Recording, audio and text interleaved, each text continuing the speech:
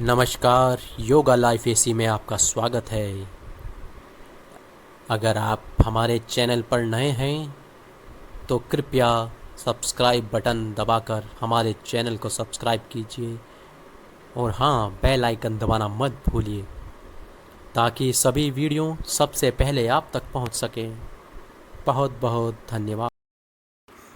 अष्टावक्र गीता अध्याय 2। राजा जनक को अष्टावक्र का उपदेश सुनने मात्र से ही आत्मज्ञान हो गया। वे कहते हैं, मैं निरंजन सब दोषों से मुक्त हूँ, शांत हूँ, बोध हूँ, प्रकृति से परे हूँ। आश्चर्य है, किंतु मैं इतने समय तक मोह के द्वारा ठगा गया हूँ। जिस प्रकार मैं अकेला ही इस संसार को प्रकाशित कर रहा हूँ, उसी प्रकार से इस जगत को भी प्रकाशित कर रहा हूँ। इसलिए या तो यह सारा संसार मेरा है अथवा कुछ भी मेरा नहीं है। राजा जनक बताते हैं कि कितने आश्चर्य की बात है कि शरीर के साथ संसार का त्याग करने के कारण थोड़ी सी कुशलता से इस समय मुझे परमात्मा के साक्षात दर्शन हो रहे हैं। जिस प्रकार जल से तरंगे अर्थात लहरें, फेन अर्थात झाग और बुलबुले अलग नहीं हैं, उसी प्रकार से संसार आत्मा से अलग नहीं है, परंतु आत्मा से ही निकला हुआ है। विचार पूर्वक देखने पर जिस प्रकार वस्त्र धागों से ताने बाने का बना हुआ है, इस प्रकार विचार करने पर इस संसार में परमात्मा से अलग और कुछ नहीं है। धागों के बिना जैसे वस्त्र सत्ता नहीं है, वैसे ही आत्म सत्ता को संसार में से निकाल देने पर विश्व का कोई अस्तित्व नहीं रह जाता। जिस प्रकार गन्ने से रस में शक्कर अर्थात मिठास होता है, उसी प्रकार यह समस्त संसार मुझ में ही विलीन है और मैं इसमें विलीन हूँ। आत्मा के अज्ञान से संसार भासता है, आत्मा के ज्ञान से नहीं भासता। जैसे रस्सी के अज्ञान से सांप भासता है, उसके ज्ञान से नहीं भासता। प्रकाश मेरा निजी स्वरूप है, मैं उससे अलग नहीं हूँ। जब संसार प्रकाशित होता है तब वह मेरे ही प्रकाशित होता है। महान आश्चर्य है कि अज्ञान से विकल्पित यह संसार अज्ञान से मुझको वैसा ही प्रतीत हो रहा है जैसे सीप में चांदी, रस्सी में सांप और जल में सूर्य की किरणें प्रतीत होती हैं। मुझसे उत्पन्न हुआ यह संसार मुझ में उसी तरह लीन हो रहा है जैसे घड़ा मिट्टी में, लहरें जल में, सारे आभूषण जेवरात अपने नाम रूप के साथ स्वर्ण सोने की धातु में मिल जाते हैं।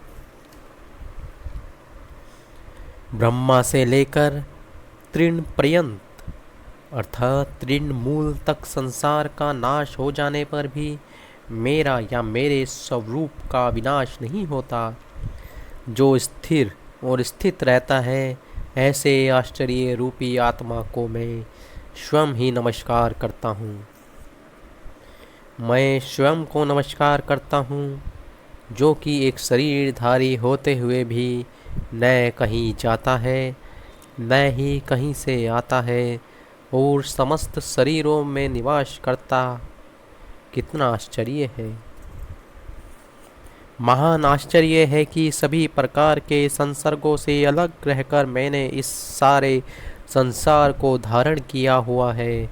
मैं ऐसा शरीर में रहते हुए भी उससे अलग रहकर करता हूँ। मेरे समान दूसरा कोई चतुर निपुण और कौन होगा। मैं अपने आप को नमस्कार करता हूँ। मैं आश्चर्यचकित होकर मैं स्वयं को नमस्कार करता हूँ जिसका अपना कुछ नहीं है, या फिर वह सब कुछ उसका है जहाँ तक मन और वाणी जाते हैं। जिससे जाना जाता है, जिसे जानना है और जो जानने वाला है, ये तीनों वास्तविक नहीं हैं।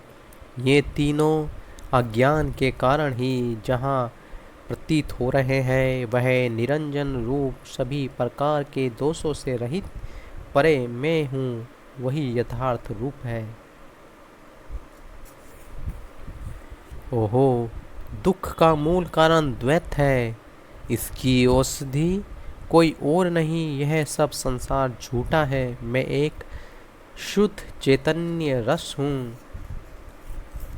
वास्तव में मैं बोध रूप ज्ञान रूप हूँ। ज्ञान रहित होने के कारण ही मुझ में अलग अलग नाम रूप आदि उपाधियों की कल्पना की गई, जो आरोप मात्र है। मैं विचार करते हुए कि नित्य निर्विकल्प मैं मेरी स्थिति है, आश्चर्य है। कितना महान आश्चर्य है कि समस्त संसार मुझ में स्थित है, जो कि वास्तव में मुझ में स्थित नहीं है। ना मुझ में बंधन है और ना ही मोक्ष। इस प्रकार का संदेह से भरा हुआ मेरा विचार था। मैं बंधन मुक्त हूँ या बंधन युक्त हूँ, अब शांत हुआ, आधारहीन सिद्ध हूँ। अपने संपूर्ण आकार नाम रूप के रहित यह वास्तविक रूप कुछ भी नहीं है, ऐसा निश्चित है। और यह भी कि आत्मा शुद्ध निमन मात्र है। यदि ऐसा है तो फिर यह ऐसा संसार जो अस्तित्व विहीन है दिखाई क्यों देता है? कल्पना मात्र है बस। शरीर, स्वर्ग, नरक, बंधन और भय आदि मात्र कल्पना है, वास्तविक कुछ नहीं है। जो चेतन आत्म रूप मेरे लिए किन कर्तव्यों का पालन निहित है, मैं क्या करूं और कौन से कार्यों को ना करूं। मैं आश्चर्यचकित हूँ। संसार के विविध जड़ चेतन रूपों में देखता हुआ मैं द्वैत रूपी अरण्य में नहीं भटकता हूँ, क्योंकि द्वैत प्रीति की वास्तविकता को भली भांति जान चुका हूँ, देख रहा हूँ। इसलिए मैं इससे मोहित होकर कैसे व्यवहार करूँ? मैं सभी प्रकार के मोह बंधन से मुक्त हूँ। ना मैं शरीर हूँ, ना मेरा शरीर है। मैं जीव भी नहीं हूँ। वास्तव में मैं चैतन्य रूप। जीने की वासना ने ही मुझे बंधन में डाला हुआ था। जीने की वासनाएं ही बंधन है और बंधन का कारण भी यही है।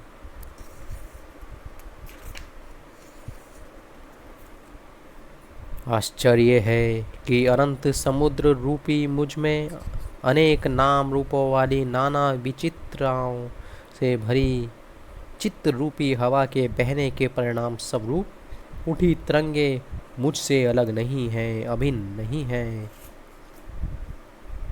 जब मुझ अनंत और महान समुद्र में चित्त रूपी वायु शांत हो जाती है, तो जीवन रूपी व्यापारी का दुर्भाग्य घटित होता है, क्योंकि इसकी संसार रूपी नौका की गति अवरुद्ध हो जाती है। मुझ अनंत सागर में जीव रूपी लहरें स्वभाववश सहज भाव से उठती हैं, आपस में टकराती हैं, खेलती कूदती हैं और फिर लय को प्राप्त करती हैं। इसी में जन्म लेती हैं और इसी में डूब जाती हैं, जीवन बिताती हैं और फिर नष्ट हो जाती हैं।